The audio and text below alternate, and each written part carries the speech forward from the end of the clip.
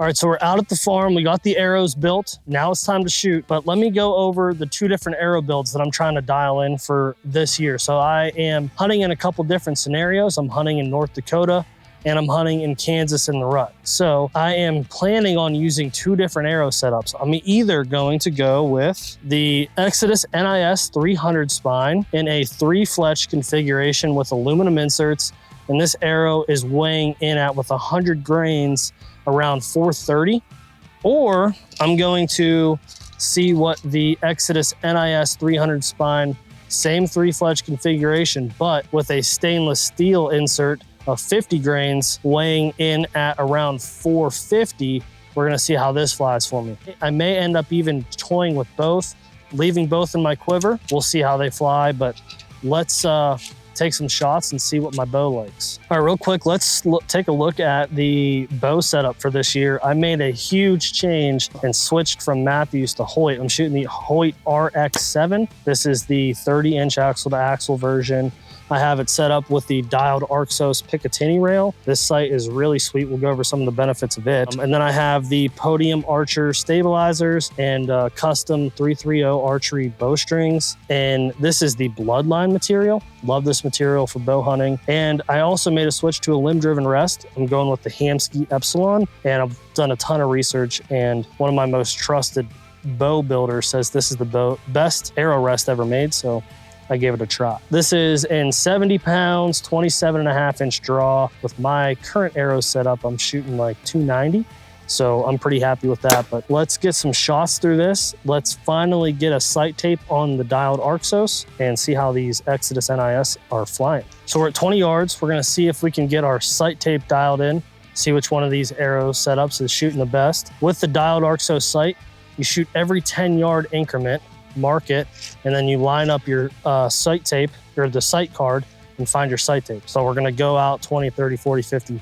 I have it set up to where I can shoot 60, but if I need to go further, I kind of want to see how far I can get with this arrow setup. So we might have some fun later, but let's start here at 20 yards. Another thing I'm testing is knock fit. And I have the fire knock A-knock and the boning A-knock that I'm shooting. You may think that's a minuscule point, but it makes a pretty big difference. And you'll see that throughout these groups, how different this arrow hits compared to the other ones.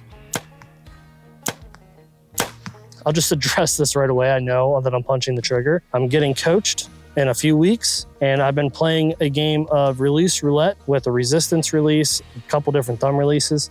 So I'm working on it, but you don't have to tell me in the comments that I'm punching the trigger. I know. We're all inside the black.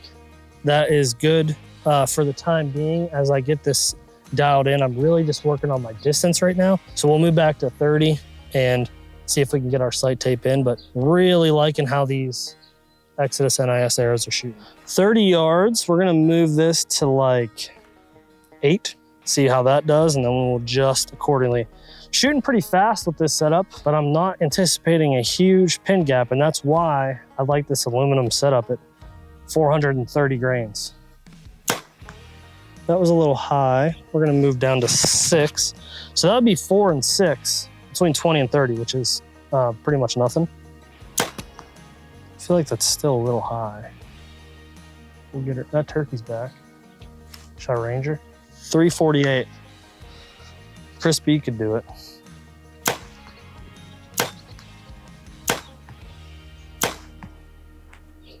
Okay, let's check that out. So these are the first 2 I shot, and then I moved my sight tape a little bit. The up and down is good, left and right needs tweaked a little bit, but for 30 yards, we'll call that our sight tape. What I like about the aluminum too, is if I want to go up in weight, I can just increase my broadhead weight. So I might even end up doing that. Instead of going with the stainless, I might just shoot 125 grain broadhead, and that'll give me the same effect.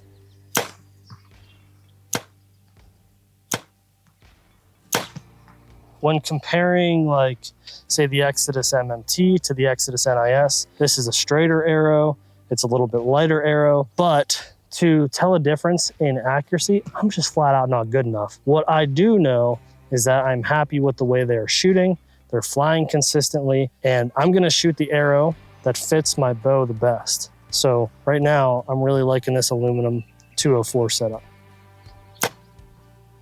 So here's 40 yards. We do have the one flyer, probably me, not that good, but here we have 40 yards. I'll take that every day of the week. 50 yards.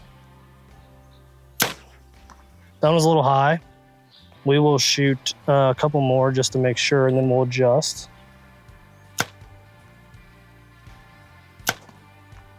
These are a little high. So we'll go to 16. See if that brings it down a little bit. But man, I'm pretty happy with that sight tape so far. It was 4 was 20, 6 was 30, 12 was 40, and now we're at 16 for 50. So my gap's shrinking back up, which is what it's supposed to do with the CTI. That was me, that was bad. I'll take that one. So this was my last shot here after I moved it. A little bit low. These are all a little bit high. Variance again could be me. At 50 yards, I'm pretty happy with how this is. I'm not gonna put a for sure mark on my sight tape, but for right now, we're gonna call it 16 and move on back. Nice thing about these arrows is they are super forgiving. So for me being a poor shot, they make me look halfway decent. 60 on the nose from the G.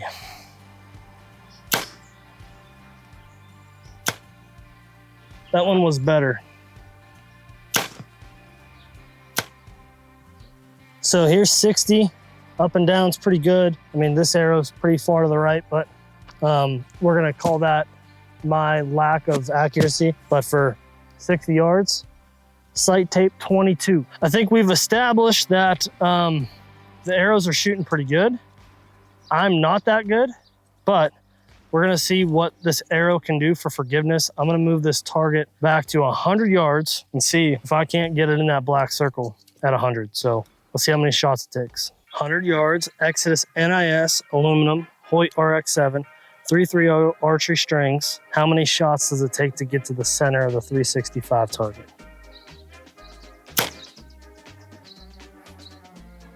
High. A little high. Closer though. Closer. Split the difference.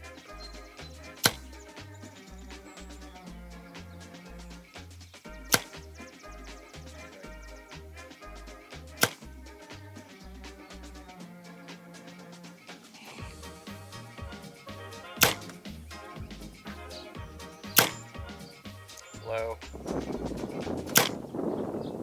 Let's go!